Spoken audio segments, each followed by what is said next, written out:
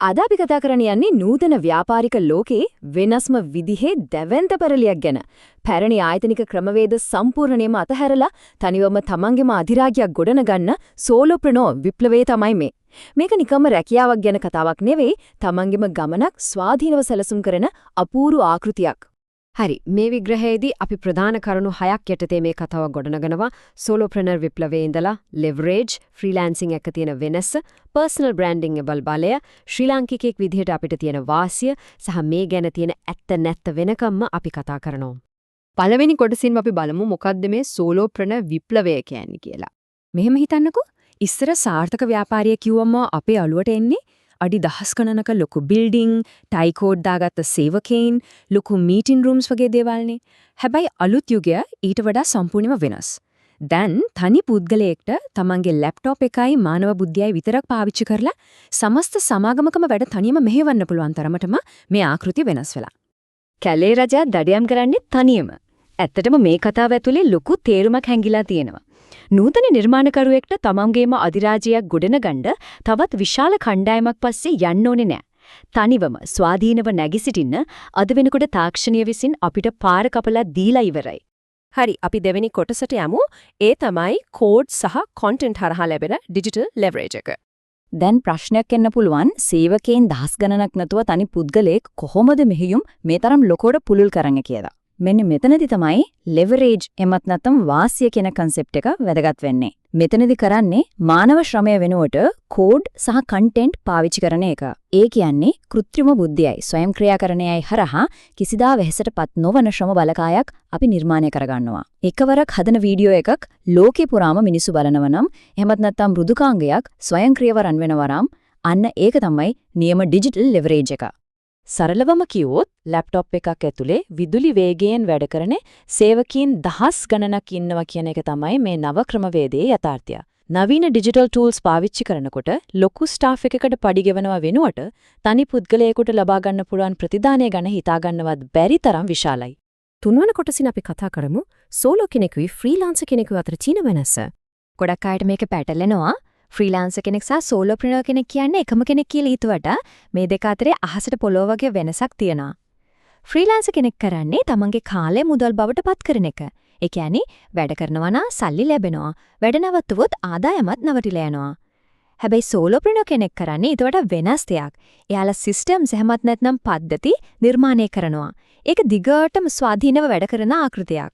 පැය 24ම වැඩ කරනවා කියන්නේ අන්න ඒකටයි. හරි විදිහට ගොඩනගපු ව්‍යාපාරික ආකෘතියක් තියෙනව නම් ඒකේ නිර්මාතෘවරයන් නිදාගෙන හිටියත් දවසේ පැය 24 පුරාම ආදායම් උත්පාදනය වෙනවා. අන්න ඒකයි සැබෑම මූල්‍ය නිදහස කියන්නේ. ඒතර කොහොමද නිදහස ලබා ගන්නේ? සරලයි. Tamanගේ දැනුම, කුසලතාවය ඩිජිටල් නිෂ්පාදනයක් බවට පත් කරන එක තමයි මෙතනදී වෙන්නේ. ඒක ඔන්ලයින් පාඨමාලාවක්, ඊපොතක්, එහෙමත් නැත්නම් මාසිකව සබ්ස්ක්‍රයිබ් කරන සේවාවක් වෙන්න පුළුවන්. මේ දේවල් නඩත්තු කරන්න දවසකට පැය කිහිපයක් විතරක් වැය වුණත් පසුබිමින් අර අපි හදපු සිස්ටම් එක නොනවත්වම වැඩ කරනවා. හතරවෙනි කොටස පර්සනල් බ්‍රෑන්ඩ් එකක තියෙන බලය. මේ ඔක්කොම සාර්ථක කරගන්න නම් තමන්ගේ අනන්‍යතාවය, ඒ කියන්නේ පර්සනල් බ්‍රෑන්ඩ් එක හරිම වැදගත්. සමාජ මාධ්‍ය කියන්නේ මේ අලුත් අධිරාජ්‍යයේ ප්‍රධානම ප්‍රචාරක මධ්‍යස්ථානය. මෙතනදී තේරුම් ගන්න ඕනේ වැදගත්ම කාරණය තමයි මිනිස්සු ව්‍යාපාර කරන්නේ ලාංඡන හේවත් ලෝගෝස් එක්ක නෙවෙයි, තවත් මිනිස්සු එක්ක. පුද්ගලයා තමයි සැබෑම සන්නාමය වෙන්නේ. තමන්ගේ සැබෑ වටිනාකම් සහ දැනුම අවංකව ලෝකයක බෙදාගත්තාම මේ ඩිජිටල් කැලෑවේ තමන්ගේම අනන්‍යතාවයක් ලකුණු කරගන්න ලොකු අවස්ථාවක් ලැබෙනවා. පස්වන කොටස ශ්‍රී ලාංකිකයින් විදියට අපිට තියෙන වාසිය. මෙන්න මේක තමයි ගොඩක් දෙනෙක්ගේ ඔළුවේ දින ලොකුම ප්‍රශ්නය. ලංකාවේ ඉඳන් මේ වගේ ජාත්‍යන්තර මට්ටමේ සාර්ථකත්වයක් ලබන්න බෑ කියන එක සම්පූර්ණ මිත්‍යාවක්. ඇත්තම කතාව වෙන්නේ අන්තර්ජාලය හරහා අද මුළු ලෝකෙම එකම එක පාරිභෝගික ජාලයක් බවට පත් වෙලා ඉවරයි. ඉන්ටර්නෙට් කනෙක්ෂන් එකක් තියෙනවා නම් ලෝකයේ ඕනෑම තැනක ඉඳන් මුළු ලෝකයටම සේවය සපයන්න දැන් පුළුවන්. විශේෂයෙන්ම මෙතන තියෙන ආර්ථික වාසිය අති විශාලයි. ඩොලර් වලින් ආදායම් උපයලා රුපියල් වලින් වේදන් කරනකොට ලැබෙන ලාභාංශය කොයිතරම්ද කියලා අමුතුවෙන් කියන්න ඕනේ නෑනේ. ට්‍රැෆික් එකේ රස්තියාදු වෙලා ඔෆිස් එකකට යනව වෙනුවට ලංකාවේ ලස්සන ගමක ඉඳන්ම ලෝකයේ ප්‍රබලම රටවලට සේවය සපයන එක කොයිතරම් වටිනවද?